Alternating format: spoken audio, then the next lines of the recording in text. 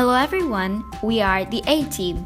For this assessment, we looked into the case of Uber, a very well-known transport company to perhaps all of us, which failed to operate in China. Our team consists of 4 members, Bùi Thu Anh, Nguyễn Ngọc Hải Anh, Vương Mỹ Linh and Lý Thái Tân. We formed our team, decided on the topic and allocated tasks to each member in week 3, where Tân introduces us to the firm's background, entry mode, and its political issue.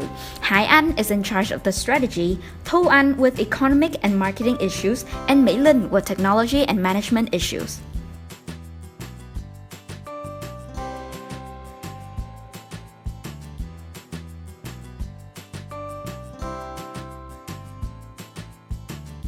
The internationalization is not a common term when we discuss about multinational corporations. However, divestment, pulling out of a market, downsizing foreign operation may be far from uncommon. The internationalization can be defined as any volunteer or forced action that reduce a company engagement in or out to current cross-border activities. Our case today is about how Uber get eliminated in China. There are several internal and external reasons will be discussed. Uber is an American technology company that operates and develops transportation and food delivery mobile apps. It has operating in 570 cities worldwide. Beijing was the 100th city that Uber came in its globalization campaign in 2013. Greenfield investments seem to be the choice that a multinational corporation decide to expand into China. A lot of them include eBay, Walmart, Google have used and failed due to the local regulations and different consumer behavior. However, Uber still choose wholly owned subsidiary as the entry mode at the time. A wholly owned subsidiary is about superior quality, independent in location and labor force. Through the app, the drivers who have signed on to the program with their own private vehicles are connected with passengers who are end users looking for a lift.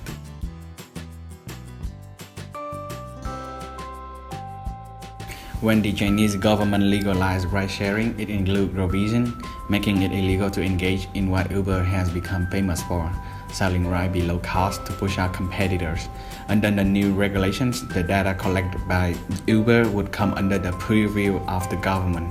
Market prices would prevail, ride-hailing companies would be urged to merge with taxi companies that are mostly owned by the local government.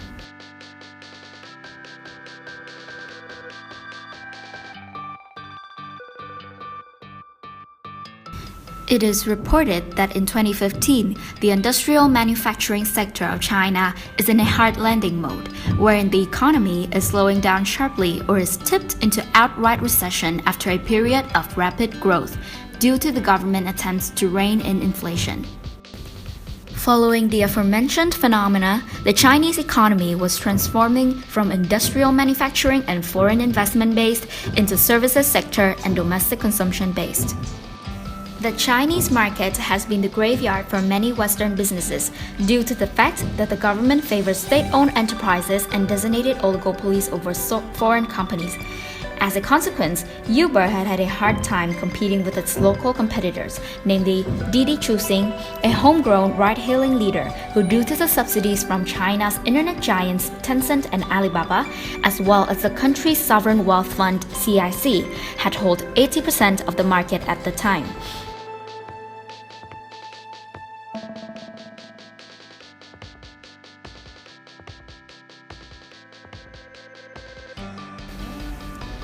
In August 2015, Uber reported it was being scrapped from WeChat, a move that would almost certainly decided to protect and promote Didi Quasi and make it hard for Uber to do business. As a consequence, when searching for Uber in Chinese, there are no sign of Uber itself, but rather a number of imitation Uber accounts. The blog also prevents Uber from sending out viral promotions for ride discounts, scanning QR codes, or activating links to Uber yield nothing but an error message on WeChat. Moreover, in September 2015, Didi even rolled out a new logo that looked quite a lot like Uber's.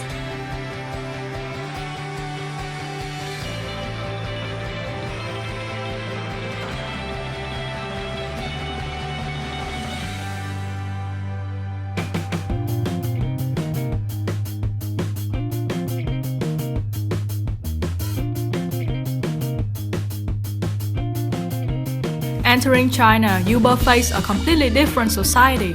Thus, the company's strategy should have been altered in order to adapt to such a dynamic and complex market.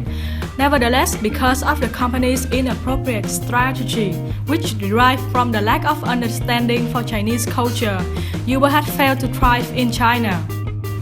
When Uber officially launched in China in July 15, 2014, the company determined to conquer the country by using its fast-paced and highly aggressive strategy, expanding from 10 cities to more than 60 in just 12 months. However, China is a nation with a 5,000 years old culture that values humility, long-term relationships, and long-term strategy. That being said, China did not want to be conquered, as the nation demands significant respect from outsiders, as well as a long-term strategic planning.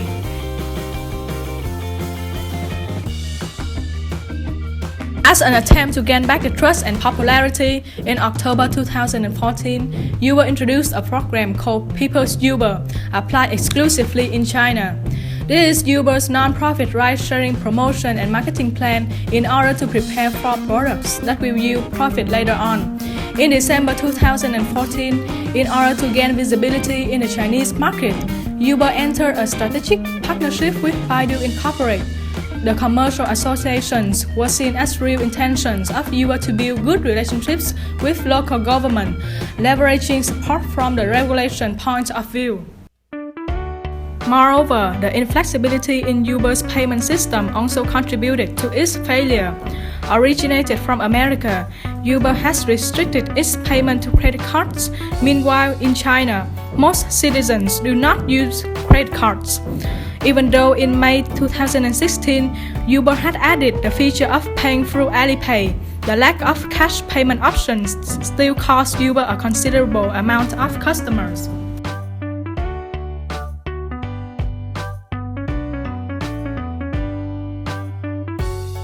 One problem in Uber's mistake is the low management. It was widely reported that Chinese passengers were encountering both riders on the Uber app, which automatically assigned driver to passenger.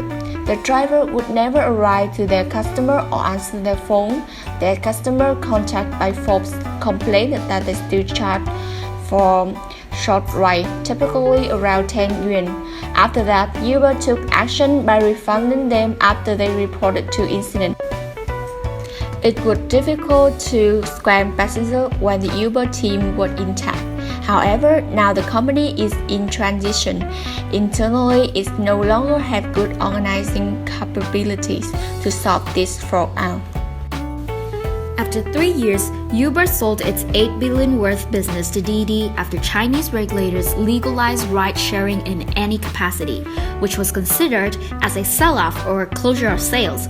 So far, there's no plan yet from Uber to come back to one of the biggest markets in the world, like other big companies like eBay and Walmart.